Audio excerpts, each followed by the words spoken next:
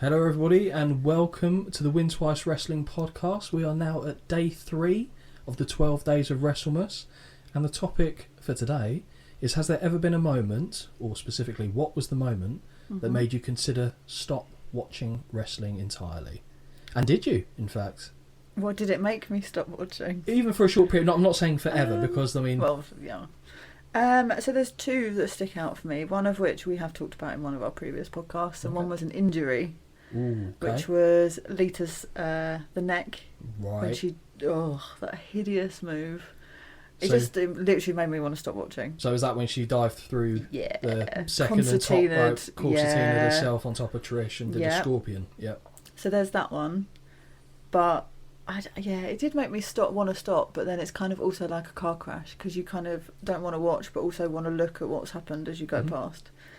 So that was that.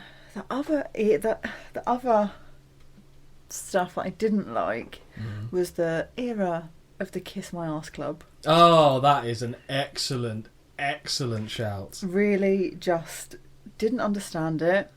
Didn't really get the impact of what it was, apart from let's shame all these people and embarrass them.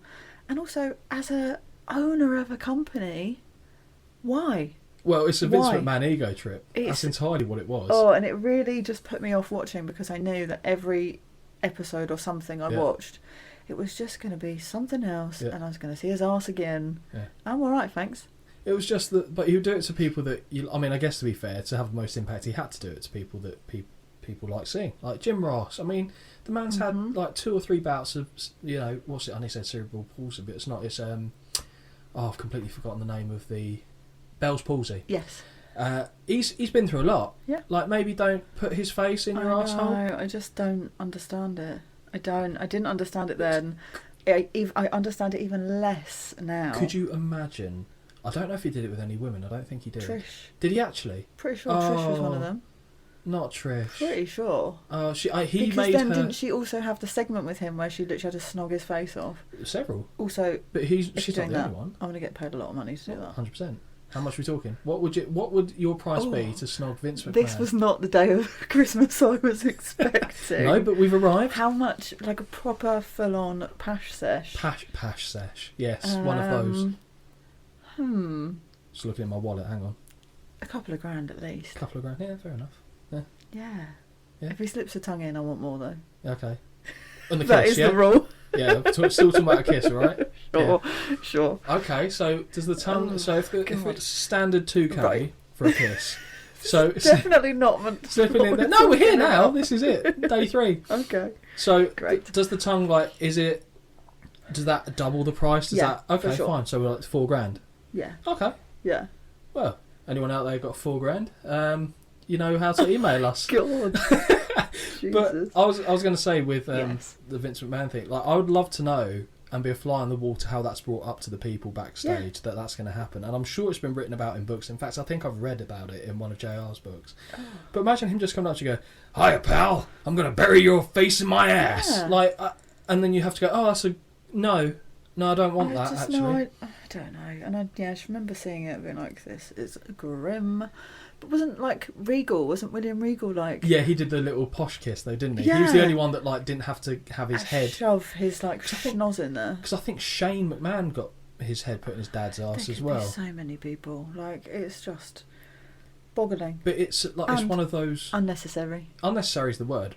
But I think with Vince, it's one of those weird things that it entertained him, and therefore it was seen as a valid thing to do. Another thing that Vince has... doing that now? Who am I putting? What position am I? In general, if they did that now. No. I can imagine Vince trying to do it now. To be fair, who would he do? They'll just put Roman Reigns' face in his ass or something. I mean, that. Fine. Yeah, brilliant. But with Vince, it's like one of those weird idiosyncrasies he has as a human being. Another one that he has, and it was in the I think it was Beyond the Mat documentary where, do you remember? Well, you might not, but Darren Drozdoff. He was applying to be in the company. He died actually fairly recently. Bless him. There's a very sad story behind that, which I won't put on this episode. But he was talking to Vince McMahon, and then Vince McMahon found out that he could basically make himself puke on command. And he was like, "Do it. I want to see it." And so they're in this boardroom or meeting room, Yeah. And Vince McMahon's doing his... I don't know if you ever heard him on commentary or any snippets of him on commentary from back in the 80s and 90s and that over-the-top voice. Oh, yeah. So he was doing that. So Droz had a bin in front of him, was leaning over, trying to retch into it, and Vince McMahon going, "He's gonna puke! He's gonna..." And it was just the weirdest... It's like he walked in on a sexual fantasy or fetish convention. It was bizarre. But it's just weird stuff like that. Another weird thing that Vince McMahon has is he cannot stand sneezing. Really? Because it shows a lack of control in one's own body. I'd be screwed. But so is everyone. But he will get angry at the person for sneezing in his presence. Because, like I said, it shows a lack of self-control. Jesus like people Christ. are choosing to sneeze. Anyway, I'm sure we could have a whole bloody episode on Vince McMahon. Yeah. So there was a couple for me in Yeah. terms of wanting to stop watching. One of them was when Eddie Guerrero died. That hit me really hard. Yeah. That hit me really, really hard. And then a lot of the knock-on things that happened after Eddie Guerrero died. Rey Mysterio being given the world title. Yeah. If it was merited in terms of the way it was done in the story, without having to lean upon this having happened, I wouldn't have been as bothered with it. Right. But for me, when Eddie Guerrero died, I just thought it just really took the wind out of me, and I thought I don't want to get invested in other people to see them die. That's the first incident that I thought of that really made me not want to watch. Because effectively, if you don't watch it, it doesn't then affect you it as doesn't much. matter. Then I'm not saying then everyone can die. No, I'm fine with it I get what carrying you're on. saying. But that for me was a big one. And if I go back a little bit further, because I remember I wasn't watching weekly at the time, but I remember seeing snippets of it and reading about it in the magazines. Yeah. And this is probably going to be brand new news to you, but at the tail end of WCW in late 2000 or summer 2000, they had a change of the World Heavyweight title, and two different people held this title in a fairly short period, and both of them, it's ridiculous. One of them you might not even know the name of, to be fair. The other one you will. So does the name Vince Russo mean anything to you? No. Okay, so Vince Russo, well known within the wrestling business for being one of the creative minds behind the Attitude Era. Mm-hmm. Now, I could tell you chapter and verse about how that went down, but he was given a lot of credit for the success of quite a few things that happened in the Attitude Era. He then went to WCW for a massive pay increase, got heavily involved in the shows, and I'm pretty sure he briefly held the WCW World Heavyweight Champion.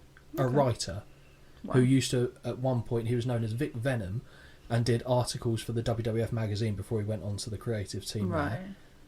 So that, I mean, imagine a writer for WWE getting that now. That's ridiculous. Yeah. And also, David Arquette was a WCW oh my God, yes, I do know World that. Heavyweight Champion. I did know that.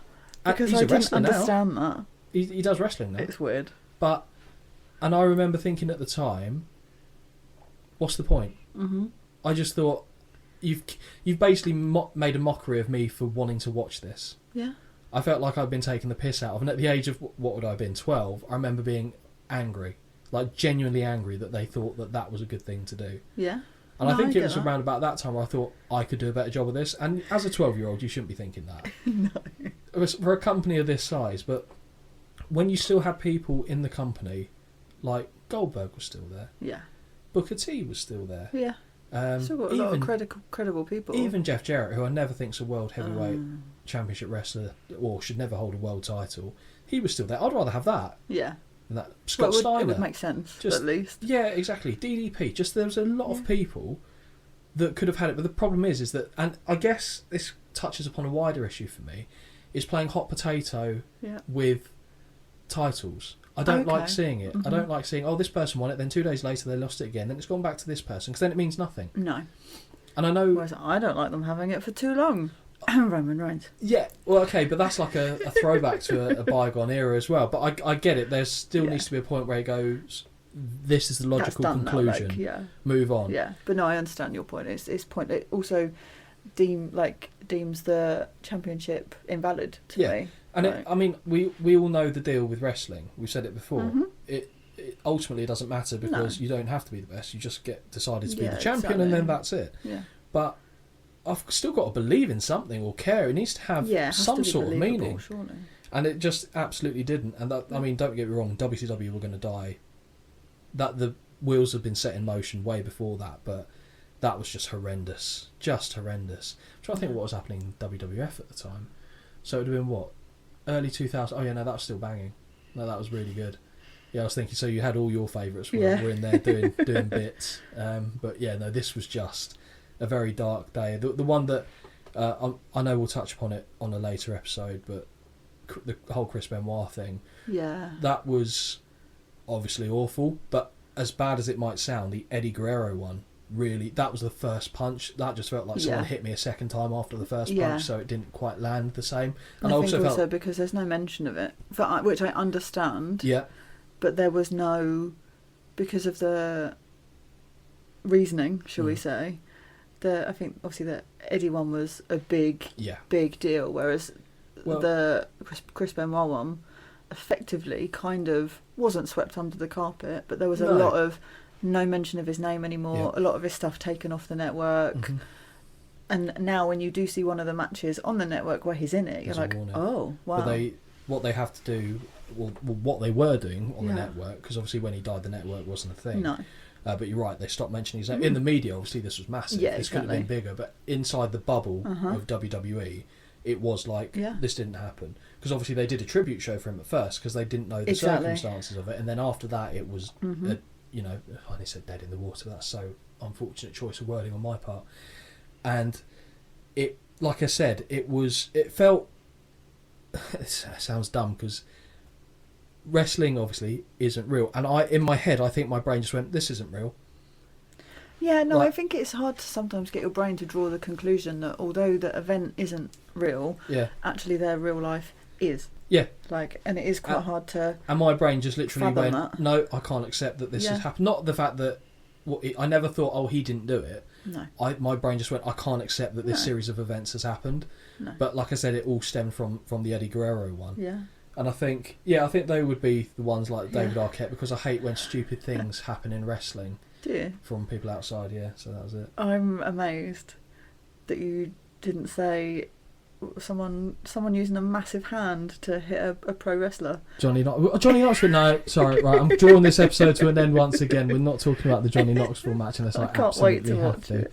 Let's hope it's not for some time. But thank you very much, everyone, for listening. Brings us to the end of day 3 of the 12 days of WrestleMas. We will see you for day 4. Bye. Bye.